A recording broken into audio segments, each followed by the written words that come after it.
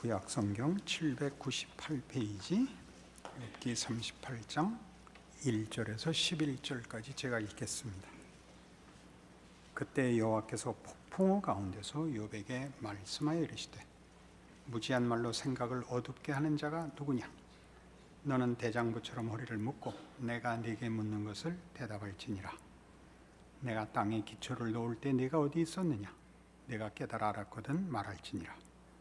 누가 그것의 도량법을 정하였는지, 누가 그 줄을 그것 위에 띄웠는지 내가 아느냐? 그것의 주추는 무엇 위에 세웠으며 그 모퉁이 돌을 누가 놓았느냐? 그때 새벽별들이 기뻐 노래하며 하나님의 아들들이 다 기뻐 소리를 질렀느니라. 바다가 그 모태에서 터져 나올 때 문으로 그것을 가둔 자가 누구냐? 그때 내가 구름으로 그것을 만들고 흑암으로 그 강보를 만들고 한계를 정하여 문빗장을 지르고 이르기를 내가 여기까지 오고 더 넘어가지 못하리니 내 높은 파도가 여기서 그칠지니라 하였노라. 드디어 하나님이 등장하셨습니다. 긴 싸움과 고통이 아마 끝날 것 같습니다. 그러나 만만치 않습니다. 하나님이 등장하셔서 누가 잘했는지 누가 잘못했는지 판결을 내리시고 보상하는 걸로 끝나는 것이 아니라 여태껏 일어난 일들이 무슨 결론으로 가야 되는지, 어디로 어떻게 의도되고 인도되고 결과되는지를 보여주는 장면이기 때문에 그렇습니다. 무지한 말로 생각을 어둡게 하는 자가 누구냐라는 2절은 누구한테 한 걸 것 같습니까? 우리 그냥 읽으면 욥에게 한 것 같죠. 엘리후에게 한 건 아닐까요? 우린 두었다 생각을 합시다. 다음 주까지 무슨 생각해오기 이런 거겠죠. 왜냐하면 엘리후의 말을 이어서 전에도 얘기했습니다만 하나님의 등장은 엘리후의 강화, 엘리후의 주장, 권면에 그걸 근거로 해서 혹은 거기에 이어서 등장을 해서 엘리후가 다루고 있는 주제의 끝자락을 잡고 하나님의 결론으로 이어오기 때문에 엘리후를 보강하는 것인지 엘리후와 하나님이 대비되는 것인지 우리가 사실은 그 이해가 만만치 않습니다. 우리는 일단 오늘 본문에서 보는 바와 같이 너는 대장부처럼 허리를 묶고 내가 네게 묻는 것을 대답할지니라에 집중할 것입니다. 근데 너는 대장부처럼 내 말에 대답을 해라가 38장 내내 무슨 얘기냐면 너는 누구냐 이겁니다. 너는 누구냐? 너 내가 이런 거 할 때 너 그걸 보았느냐? 너 그거 아느냐? 너는 아느냐? 너는 아느냐라는 말은 하나님이 혼자 하셨다는 말씀이기도 하고 내가 당연히 알아야 하지 않느냐라는 말이기도 합니다. 수사적 반어법이라 이런 전문 용어를 쓰는데 그가 모르는 것을 꾸짖거나 너는 여기까지는 올 수 없다고 한계를 지적하는 말일 수도 있고 당연히 알아야 하는데 너 뭐하고 있느냐이기도 합니다. 그것은 오늘 그 3절에 나오는 너는 대장부처럼 허리를 묶고 내가 네게 묻는 것을 대답할지니라 라는 것은 마찬가지로 너 그렇게 도망가지 마라 인지 너 감히 대들지 마라 인지 알 수가 없습니다. 둘이 엄연히 다르죠. 너 감히 대들지 마라 이렇게 우리 보통 읽습니다. 엘리후도 그랬고 세 친구도 그런 건 다 뭐냐면 하나님은 높고 하나님은 공의롭다. 네가 틀렸지 하나님이 틀렸을 리는 없다. 그리고 다 알려고 하지 마라. 이게 공통된 내용이고, 욥은 계속 난 물어봐야겠다. 너희들이 얘기하는 것으로는 답이 되지 않는다. 이 얘기였지 않습니까? 그럼 하나님이 욥에게 너 감히 대드냐? 라는 얘기를 하면 세 친구를 용서하고 세 친구가 틀렸고 용서해야 된다는 사실 앞뒤가 맞지 않습니다. 욥이 옳았다는 것이라면, 그러면 너는 감히 대들고 알려고 하지 마라가 아니라 너는 당연히 알아야 되고 더 용감해야 되고 더 발을 내디뎌야 된다. 그런 얘기가 되는 것이죠. 그래서 이 문제를 예를 들면 출애굽기 3장에 가셔서 모세의 경우를 봅시다. 이게 무슨 얘기인지.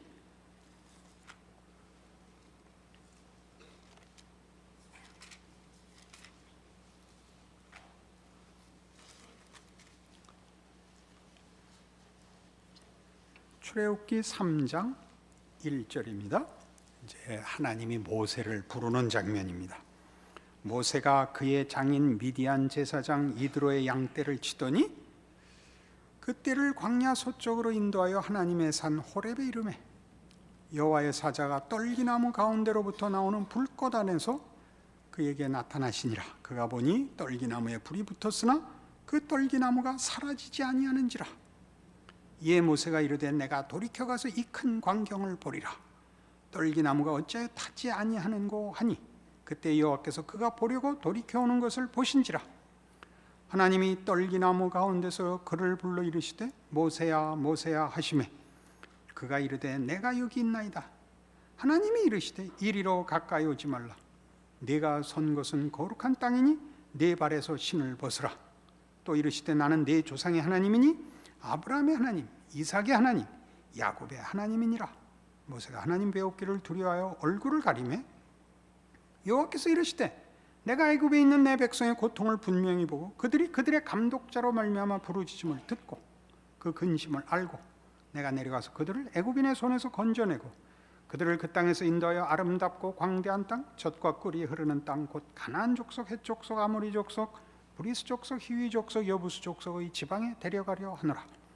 이제 가라. 이스라엘 자손의 부르짖음이 내게 달하고 애굽 사람이 그들을 괴롭히는 학대도 내가 보았으니 이제 내가 너를 바로에게 보내어 너에게 내 백성 이스라엘 자손을 애굽에서 인도하여 내게 하리라.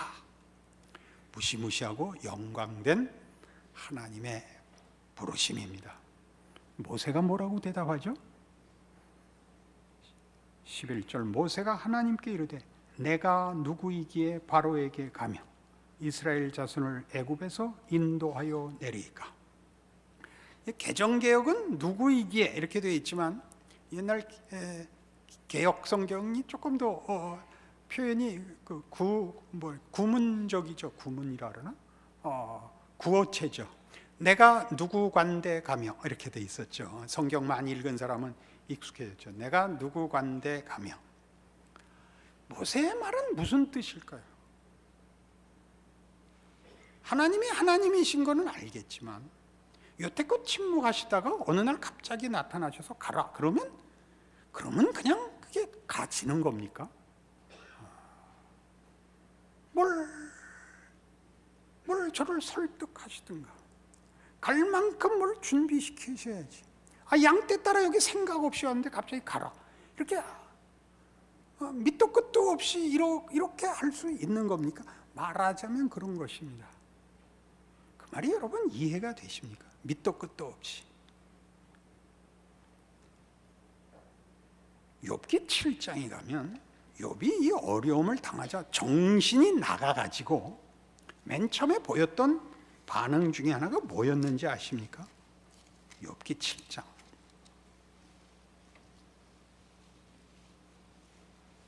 17절 그가 자기가 당하는 고통 속에서 하나님을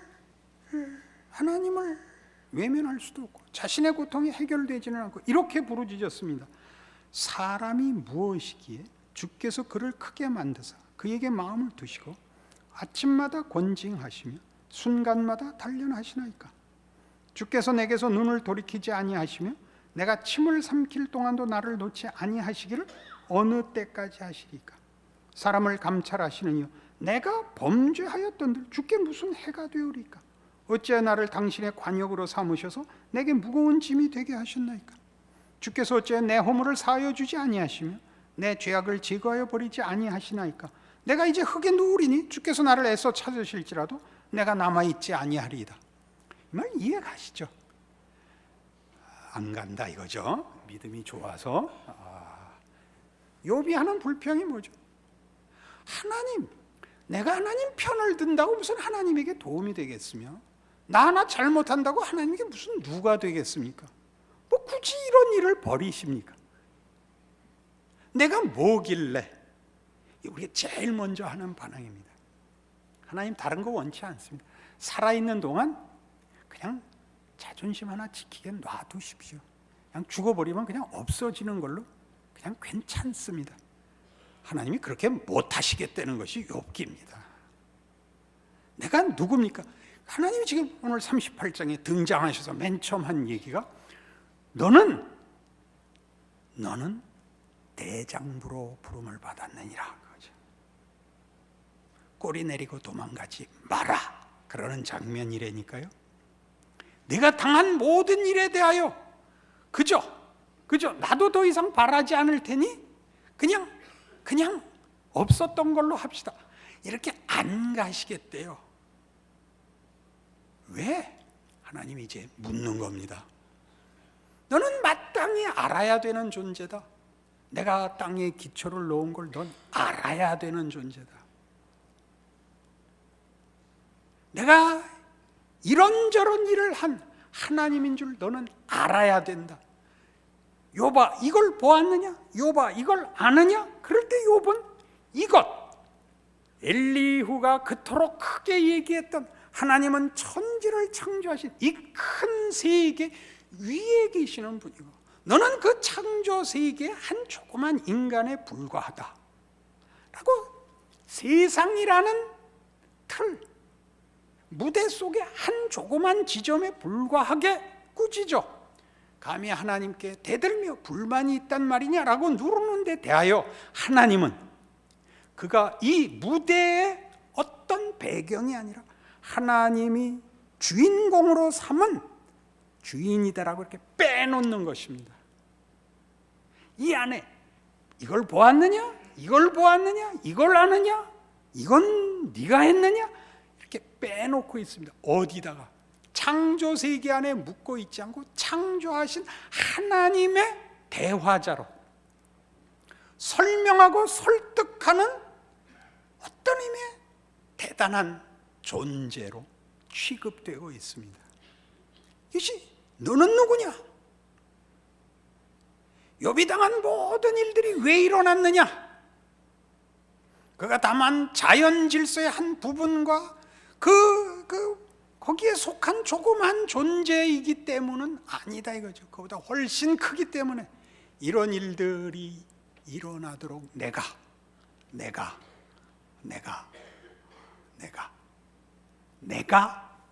땅에 주초를 놓듯이 내가 너를 이 자리에까지 오도록 허락하고 인도한 주인이다.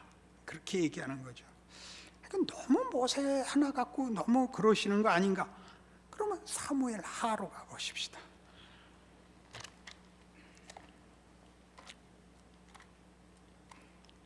사무엘하 7장에 가시면 다윗이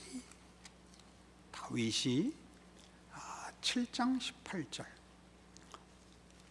성전을 짓겠다고 했다가 그건 안 된다.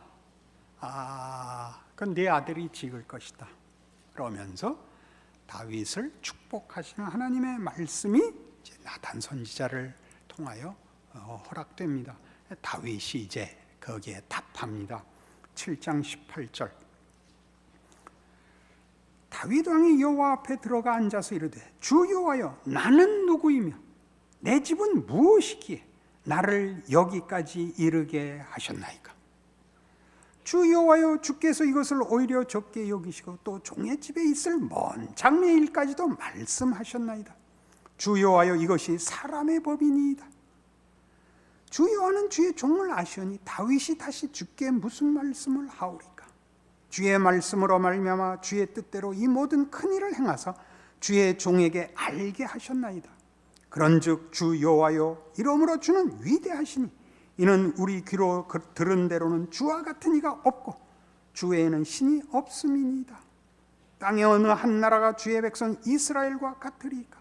하나님이 가서 구속하사 자기 백성으로 삼아 주의 명성을 내시며 그들을 위하여 큰 일을, 주의 땅을 위하여 두려운 일을 애굽과 많은 나라들과 그의 신들에게서 구속하신 백성 앞에서 행하셨사오며 주께서 주의 백성 이스라엘을 세우사 영원히 주의 백성으로 삼으셨사오니 여호와여, 주께서 그들의 하나님이 되셨나이다. 여호와 하나님이여, 이제 주의 종과 종의 집에 대하여 말씀하신 것을 영원히 세우셨사오며 말씀대로 행하사 사람이 영원히 주의 이름을 크게 높여 이르기를 만군의 여호와는 이스라엘의 하나님이라 하게 하옵시며 주의 종 다윗의 집이 주 앞에 견고하게 하옵소서. 무시무시하지요. 다윗은 자기가 하나님을 위하여 뭔가 조금이라도 무엇을 해드리는 것으로 만족했고 자기 가치가 그게 다, 내가 주를 위해 뭐 하나 한 사람이 다인 줄 알았는데 성전을 짓겠다고 한 다윗의 청을 물리치시고 하나님이 다윗과 그의 가문과 그의 왕권을 영원히 지키겠다고 약속하십니다. 여호와여, 내가 도대체 뭡니까? 내가 도대체 뭡니까? 어떻게 이런 큰 약속을 하십니까? 내가 도대체 남들과 뭐가 달라서 나에게 이런 일을 하십니까? 그리고 돌아봅니다. 생각해보니 하나님은 처음부터 그러셨습니다. 우리 이스라엘을 구원하실 때 하나님의 은혜와 하나님의 성실하심과 하나님의 능력으로 하셨습니다. 애굽을 깨고 우리를 꺼내셨고 약속의 땅에 불러들여 축복하사 오늘에 이르게 하신 이는 하나님이십니다. 우리가 한 일에 보상하신 것 아닙니다. 이게 다윗의 고백이죠. 그러니 우리는 밤낮 이 문제에 틀렸던 겁니다. 이제 보니까 야복나루 사건은 굉장히 무시무시한 거였습니다. 늘 다시는 내 이름을 야곱이라 하지 말고 이스라엘이라 하라. 이는 내가 사람으로 하나님과 더불어 겨루어 이기었음이니라. 이게 사실 안 풀렸었어요. 이렇게 저렇게 답을 했는데 잘 안 됐어요. 근데 여기 와서야 풀렸어요. 욥기에 와서야. 하나님이 야곱을 찾아오시고 그와 씨름하시고 밤이 새도록 야곱이 항복하지 않습니다. 환도뼈를 치고 가겠다고 하고 야곱이 축복해 주지 않으면 보내실 수 없다고 합니다. 그래서 하나님이 뭘 묻죠? 내 이름이 무엇이냐? 야곱입니다. 아니다. 너는 다시는 야곱이 아니다. 너는 이스라엘이다. 너는 내게 빌고 내게 빼앗아가고 내게 구걸해야 되는 자가 아니다. 너는 사람으로 하나님과 씨름한 자다. 그 대접을 받은 자다. 너는 이스라엘이다. 그러는 거죠. 이해하시겠어요? 하나님과 씨름할 수 있는 자. 너는 대장부처럼 허리를 묶고 내게 대답하라. 너는 야곱이 아니다. 네 힘과 네 재주를 갖고 너 하나가 끝나는 존재 아니다. 너는 그것보다 크다. 너는 대장군이라. 너 아버지가 한 일 알아야 된다. 아버지가 누군지 알아야 된다. 너는 내 아들이다. 와서 빌지 마라. 가슴을 펴라. 머리를 들어라. 그렇게 얘기하는 장면입니다. 에이, 그런 거 다 말고 그냥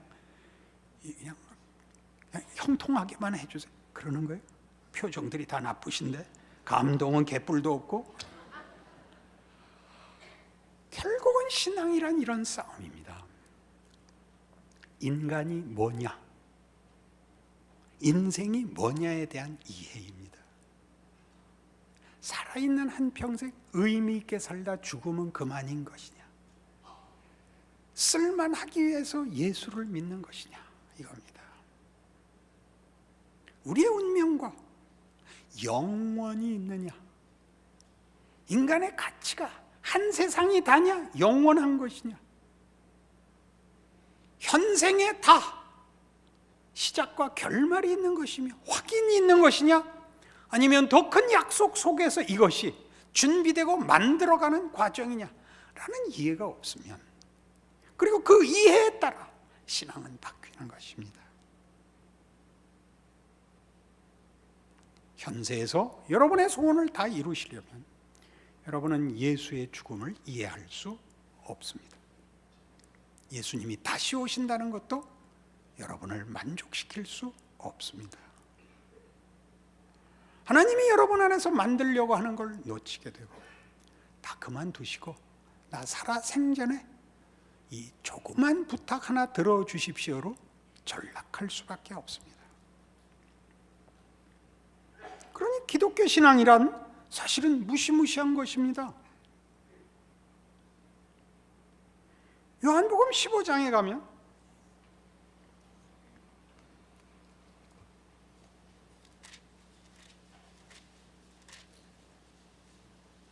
이스라엘이라는 이름이 하나님이 우리를 얼마나 존귀하게 대접하는가 하는 데 대한 예수님의 직접적인 발언이 있습니다. 요한복음 15장 15절입니다. 이제부터는 너희를 종이라 하지 아니하리니 종은 주인이 하는 것을 알지 못함이라.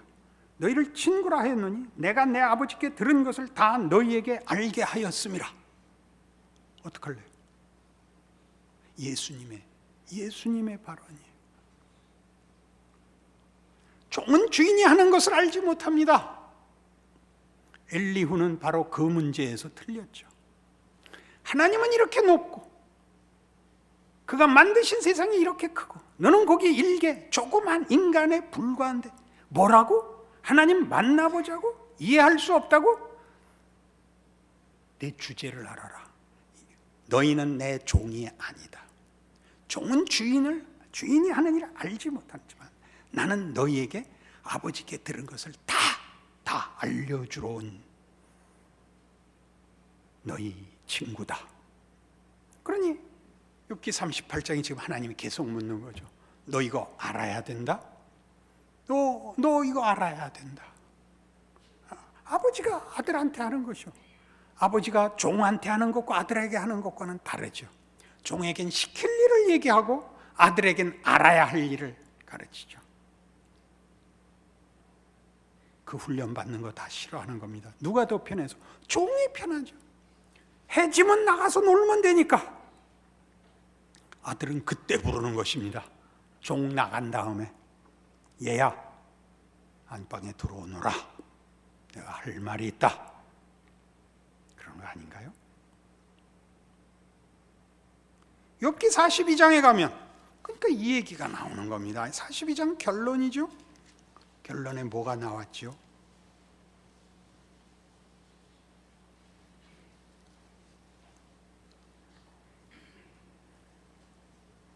욥기 42장 1절 욥이 여호와께 대답하여 이르되 주께서는 못하실 일이 없사오며 무슨 계획이든지 못 이루실 것이 없는 줄 아오니 무지한 말로 이치를 가리는 자가 누구니까 나는 깨닫지도 못한 일을 말하였고 스스로 알 수도 없고 헤아리기도 어려운 일을 말하였나이다. 내가 말하겠사오니 주는 들으시고 내가 주께 묻겠사오니 주여 내게 알게 하옵소서. 내가 주께 대하여 귀로 듣기만 하였사오나 이제는 눈으로 주를 배움나이다. 그러므로 내가 스스로 거두어드리고 티끌과 제 가운데서 회개하나이다. 나중에 더 깊이 살펴봐야 할 대목이지만 내가 이제 아버지를 배웁니다. 아버지를 배웁니다. 주인을 배우는 것이 아니라 아버지를 배웁니다. 그런 장면이죠. 그러니 이제 우리가 이 놀라운 설명을 예수 안에서 우리가 어떻게 가지고 있는가? 고린도 후서 신약으로 갔다 구약으로 갔다 하는데 계속 앞에서만 찾고 계시면 곤란합니다. 고린도 후서 5장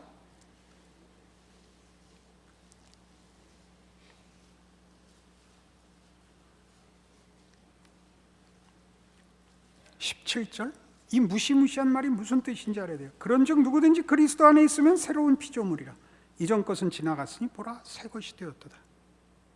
새 것이 됐다는 게 뭐죠? 뭘까요? 새로운 존재, 새로운 인생, 새로운 세계가 됩니다. 그리스도 예수 안에 있어. 뭘 아는 거죠? 욥이 아는 걸 아는 거죠. 이 앞뒤를 보실래요?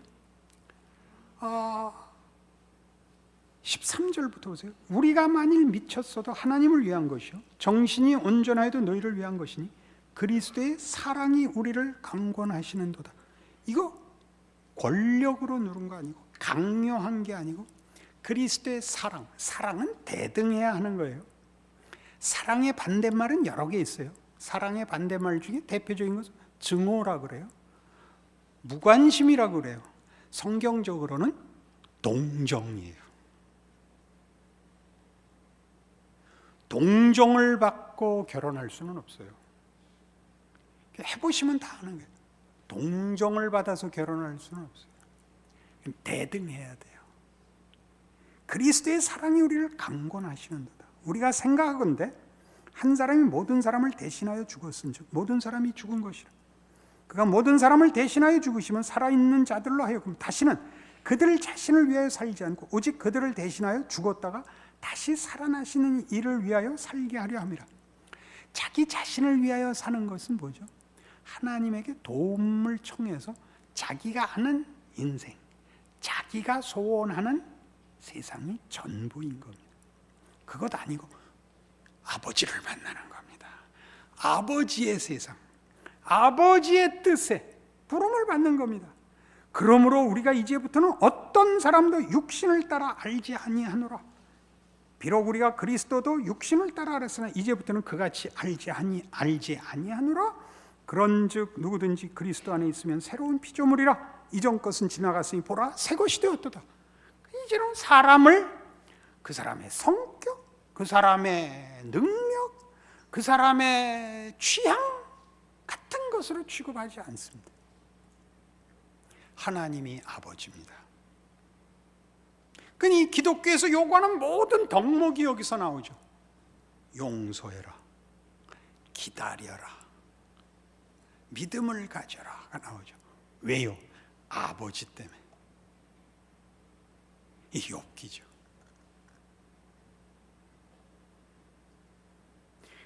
예수를 믿으면 새로운 세상이 되는 겁니다. 이 세상이 모든 걸 갖고 있는 것이 아니고 하나님이 갖고 있는 걸 알 수 있습니다. 고난을 당할 수 있습니다. 질 수 있습니다. 그것이 하나님의 손 안에 있는 것인 줄 아니까. 세상이 최종 심판자가 아니고 하나님이거든요. 이 세상을 이기는 믿음을 가질 수 있게 되는 것이죠. 오케이? 그렇게 묻는 거랍니다.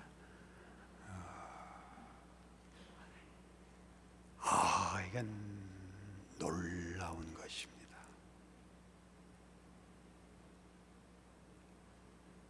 여러분의 생각에서 믿음으로 여러분의 생각을 깨고 나오셔야 됩니다. 여러분의 존재와 삶과 형편을 우리가 아는 이 하나님, 그 아들을 주신 하나님, 그 아들을 우리 손에 주셔서 십자가에 못 박도록까지 주신 하나님을 믿어야 되는 것입니다. 아니면 신앙생활을 할 수가 없습니다. 언제나 세상보다 손에 더 많은 걸 가져야만 이길 수 있지 놓고는 못 살게 되는 겁니다.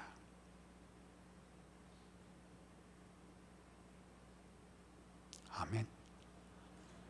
기도하십시다. 하나님 아버지,